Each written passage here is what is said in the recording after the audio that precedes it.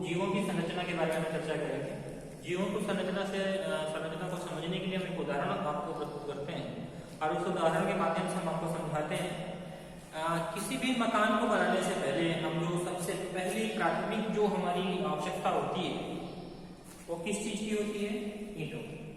बिल्कुल सही आप लोगों ने बताया कि सबसे पहले किसी मकान को बनाने से पहले हमें सबसे पहले जो उसकी मूलभूत आवश्यकता है वो ईंट होती है और ईंटों को लगकर हम मकान बनाना शुरू करते हैं। छोटी छोटी ईंटों को आपस में जोड़ते हुए हमारी दीवारें बन जाती हैं और फिर 4 दीवारें बनने के बाद चारों तरफ जब दीवार से घिर जाता है तो हमारा एक कमरा बन जाता है।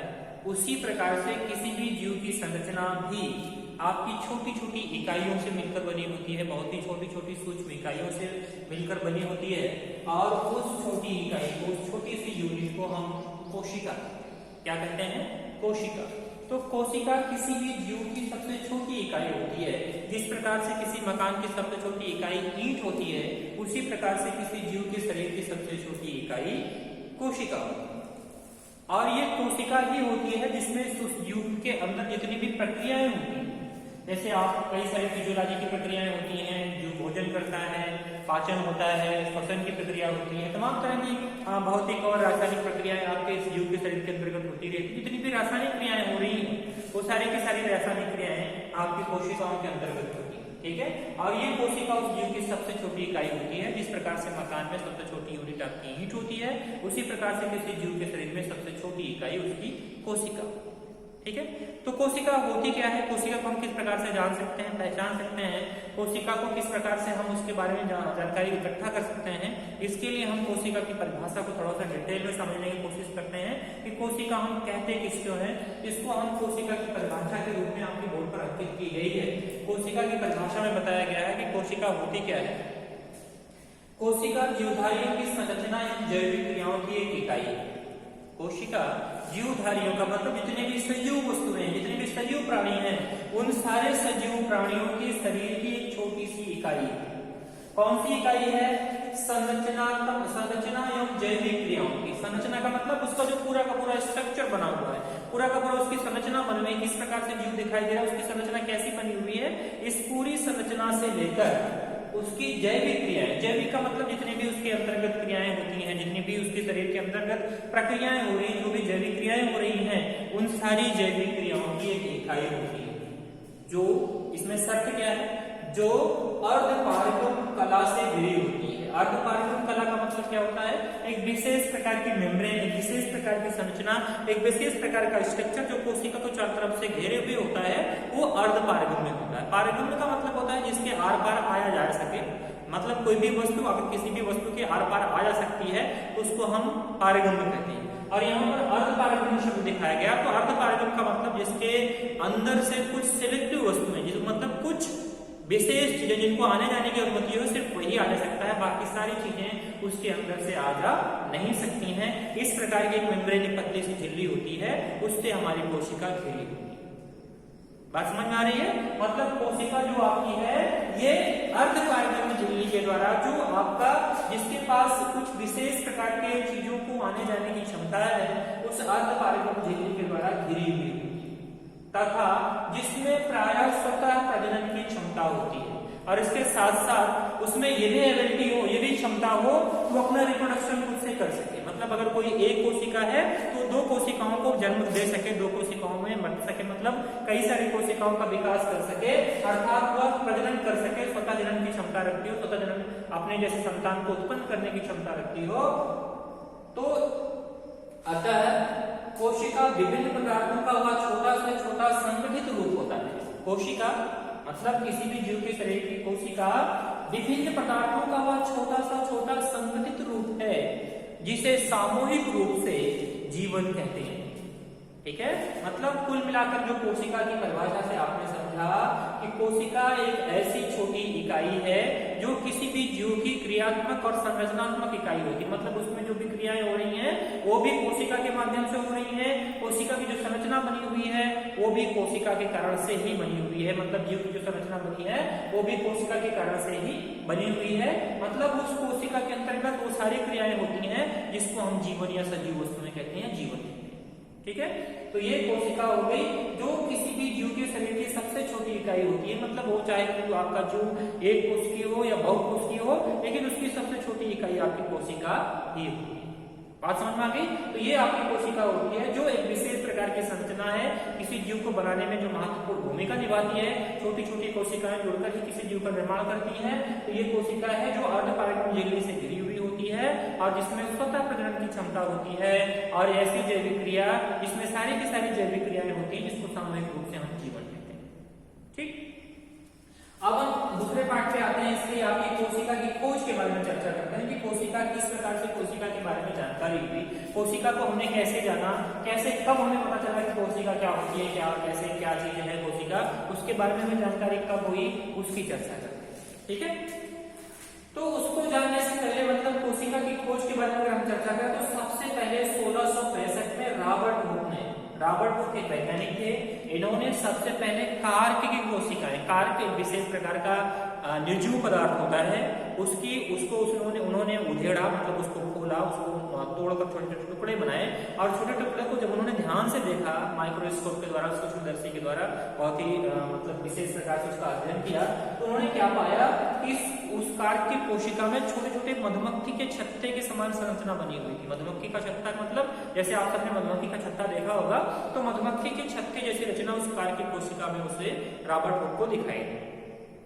रॉबर्ट हुक ने जब उसको देखा कि ये मधुमक्खी के छत्ते जैसी संरचना क्या है, तो उन्होंने उस चैम्बर को जो मधुमक्खी के समान संरचना का बना हुआ था, उस चैम्बर को कोशिका नाम दिया।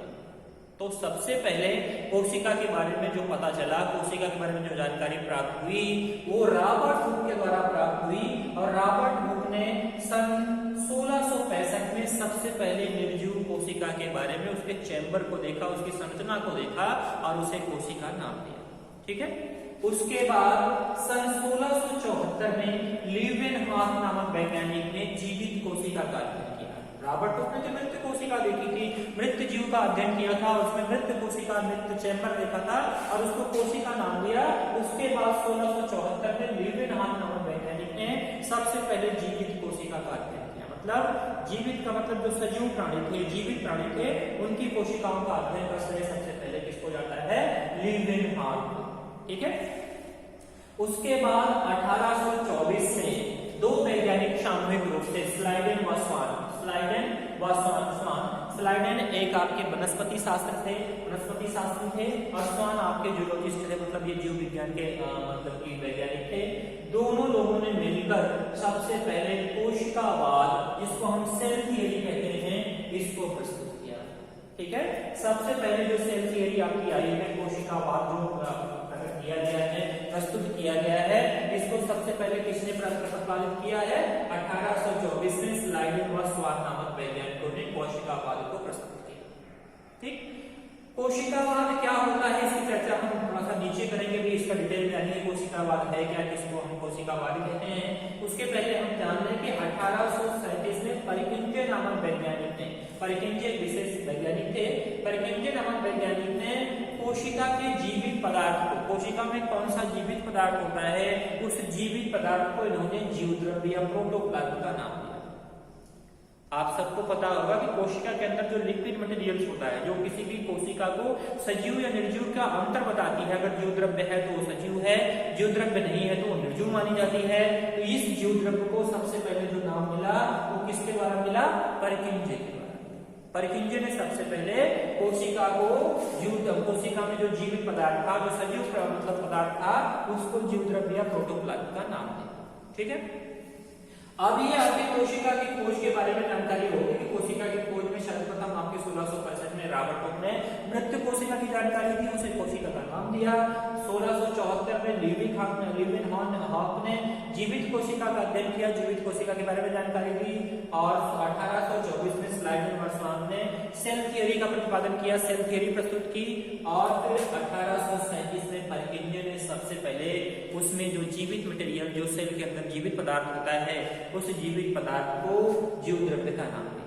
ठीक है, अब हम बात करते हैं कोशिकावाद होता क्या है, कोशिकावाद हम किसे कहते हैं, कोशिकावाद ये जो सेल थियरी होती है, इसमें क्या सिद्धांत है, इसकी परिकल्पनाएं क्या है, इसके सिद्धांत क्या है, उसकी चर्चा करते हैं। तो कोशिकावाद एक ऐसा वाद था कोशिकावाद एक ऐसा मत प्रस्तुत किया गया था जिसमें समस्त जीवों के शारीरिक संगठन की चर्चा की गई थी कि सारे जीव किस प्रकार से जीवित रहते हैं, किस प्रकार से उनका विकास होता है, किस प्रकार से उनके शरीर की क्रियाएं होती हैं। ये जो पूरा लेखा जो था प्रस्तुत किया गया था स्लाइडर और स्वान के द्वारा, उसी को कोशिकावाद कहा गया था। कोशिकावाद में 2-3 प्रमुख बातें आपको बताई गई थी, 2-3 प्रमुख बातें कही गई थी। कौन कौन सी प्रमुख बातें हैं उनके बारे में हम चर्चा करते हैं। तो सबसे पहली महत्वपूर्ण बात थी कि सभी जीवों का शरीर एक अथवा अनेक कोशिकाओं से मिलकर बना होता है। मतलब संसार में जितने भी सजीव प्राणी हैं उन सारे के सारे जीवों का शरीर एक अथवा एक से अधिक या अनेक कोशिकाओं से मिलकर बना होता है। थोड़ा सा यहाँ क्लियर कर लीजिए आप कि कोशिका में जितने भी सजीव प्राणी हैं उन सबका शरीर, जितने भी सजीव प्राणी हो, चाहे आपका एक कोष की सब जो सूक्ष्म जीव है, आपका यूग्लिना हो, प्रोटोजोअन्स हो, बैक्टीरिया हो, जितने भी आपके सजीव प्राणी हैं वो सबके सब उनका पूरा शरीर कोशिकाओं से ही मिलकर बना होता है। बिना कोशिका के किसी जीव की संभावना संभव नहीं है। मतलब बिना कोशिका के कोई भी जीव जीवित नहीं रहता है। थोड़ा सा यहाँ एक अपवाद आपको पढ़ने को नजर आ जाएगा, जहाँ जहाँ आप कई किताबों में देखेंगे। तो जो वायरस की बात की जाती है, वायरस जो विषाणु है, विषाणु की बात की जाती है, तो विषाणु जो होता है वो कोशिकावाद का समर्थन नहीं करता है। मतलब कोशिकावाद का विरोधी है, कोशिकावाद को मानता नहीं है। कैसे नहीं मानता है? मतलब उसके शरीर में कोई कोशिका नहीं होती है। और कोशिकावाद में बताया गया है कि कोई भी ऐसा जीव नहीं है जो बिना कोशिका का हो। मतलब कोई भी जीव हो उसके शरीर में एक कोशिका या अनेक कोशिकाएं जरूर होती हैं, लेकिन आपका जो विषाणु है, जो वायरस है, एक इकलौता ऐसा जीव है जिसके पास कोशिका नहीं होती। लेकिन उसको भी अपनी जैविक क्रियाएं करने के लिए, अपनी क्रियाओं को पूरा करने के लिए उसे भी किसी न किसी जीव के कोशिका में प्रवेश करना होता है। मतलब वो एक्टिव तभी होता है जब किसी कोशिका में जाता है। मतलब कोशिका की आवश्यकता उसको भी है, बिना कोशिका के वो भी नहीं रह सकता है। जब तक वो कोशिका के अंदर प्रवेश नहीं करेगा तब तक कोई भी एक्टिविटी उसके शरीर के अंदर नहीं होगी। थोड़ा सा अपवाद है, इसको आप ध्यान से देख लीजिएगा। तो बाकी समस्त जीवों में, वायरस को छोड़ दें हम, बाकी संसार के जितने भी जीव हैं उन सबके शरीर में कोशिकाएं अवश्य रूप से पाई जाती हैं, चाहे वो आपका एक कोष की जीव हो या बहुकोष की जीव हो। अगर एक कोष की जीव है तो उसके शरीर में एक कोशिका होगी, और बहुकोष की जीव है तो उसके शरीर में एक से अधिक कोशिकाएं पाई जाएंगी। ठीक है, ये पहला सिद्धांत है आपकी कोशिका मत का कि किसी भी जीव के शरीर में कोशिकाएं अनिवार्य रूप से पाई जाती हैं, चाहे उसके शरीर में एक कोशिका हो या एक से अधिक कोशिकाएं, लेकिन कोशिकाएं होंगी जरूर। ठीक है, अब हम दूसरा बात जो प्रस्तुत किया, दूसरी बात जो मैंने बताई, कोशिका जीव के शरीर की संरचनात्मक और क्रियात्मक मूलभूत इकाई है। मतलब कोशिका किसी भी जीव की संरचनात्मक, मतलब उस जीव की संरचना कैसी है, जीव किस प्रकार से बना हुआ है, उसकी संरचना, उसका स्ट्रक्चर कैसा बना हुआ है, उसका मतलब पूरी कोशिका ही डिपेंड करती है कि जीव का शरीर कैसा होगा, उसकी संरचना कैसी होगी, वो दिखेगा कैसे, गोल होगा कि चपटा होगा, कैसा होगा, उसकी पूरी संरचना का निर्माण, पूरी संरचना की जो प्रक्रिया होती है वो कोशिका ही बनाती है। मतलब किसी जीव का जो बनना होता है, जो कोई जीव जो इस प्रकार से बना होता है, उसका जो आकार होता है, आकार आपका कोशिका निश्चित करती है। और क्रियात्मक, क्रियात्मक का मतलब होता है उसके शरीर के अंदर जितनी भी क्रियाएं हो रही, जैसे जीव सांस ले रहा है, भोजन कर रहा है, और मात्रा की जो क्रियाएं कर रहा है, ग्रहण कर रहा है, तो ये सारी की सारी जैविक क्रियाएं उसके कोशिका के अंतर्गत ही होती हैं। कोशिका ही सारी की सारी जैविक क्रियाएं करती है। आपने देखा कि कोशिका जीव के शरीर की संरचनात्मक एवं क्रियात्मक मूलभूत इकाई है, और जीवन संबंधी सभी रासायनिक क्रियाएं, जीवन संबंधी सभी रासायनिक क्रियाएं कोशिकाओं में ही संपन्न होती हैं। मतलब जीवन संबंधी का मतलब किसी भी जीव को सजीव अवस्था में बने रहने के लिए, किसी भी जीव को जीवित बने रहने के लिए जितनी भी क्रियाएं होती हैं, जितनी भी रासायनिक प्रक्रियाएं उसके अंतर्गत, उसके शरीर के अंतर्गत होती हैं, वो सारी की सारी रासायनिक क्रियाएं कहाँ होती हैं? उस जीव के शरीर में, उस जीव की कोशिका में। बड़े ध्यान से समझिएगा, कोशिका जीव के शरीर की संरचनात्मक और क्रियात्मक मूलभूत इकाई है, और जीवन संबंधी सभी रासायनिक क्रियाएं उसके कोशिका में ही संपन्न होती है। ठीक, तीसरी और आखिरी बात इसमें बताई गई है कि सभी कोशिकाएं, जितनी भी कोशिकाएं बन रही हैं, सभी कोशिकाएं पूर्ववर्ती जीवित कोशिकाओं से बची हैं। किसी भी जीव के शरीर में जितनी भी कोशिकाएं होती हैं, जितनी भी कोशिकाएं बनी होती हैं, वो सभी की सभी कोशिकाएं पूर्ववर्ती मतलब अपने से उससे पहले जो कोशिका वहां पर आई हुई थी, उससे जो जीवित कोशिका आई हुई थी, उस जीवित कोशिका से ही निर्मित होती हैं, बनती हैं। अर्थात यहाँ एक बात स्पष्ट हो जाती है कि कोई जीव कहीं से बहुकोशिकी बनकर नहीं आता है। सबसे पहले वो एक कोशिकी होता है, एक कोशिका बनती है, फिर वही वो एक कोशिका उस जीव में जितनी भी कोशिकाएं हैं उन सारी कोशिकाओं का निर्माण करती है। बात बहुत स्पष्ट हो गई कि संसार में जितने भी बहुकोशिकीय जीव बने हुए हैं वो सारे के सारे बहुकोशिकीय जीव कभी ना कभी एक कोशिकीय हुए थे और बाद में उन्होंने विकास किया, उनके शरीर में एक से अधिक कोशिकाएं बनी और वो बहुकोशिकीय बन गए।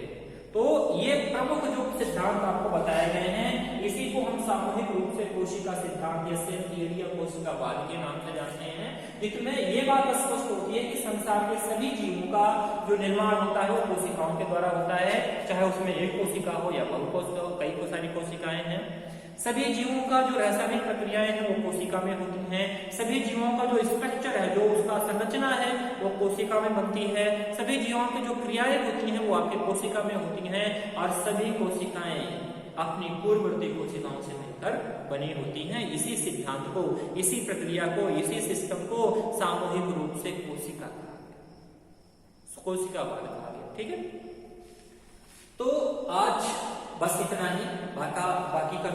बाकी इसके संबंधित जो प्रक्रियाएं हमें इतने ऊतक पढ़ना है, कोशिका की संरचना पढ़नी है, कैसे कैसे बना होता है, वो सब हम आपके अगले वीडियो में अपलोड करेंगे। ठीक।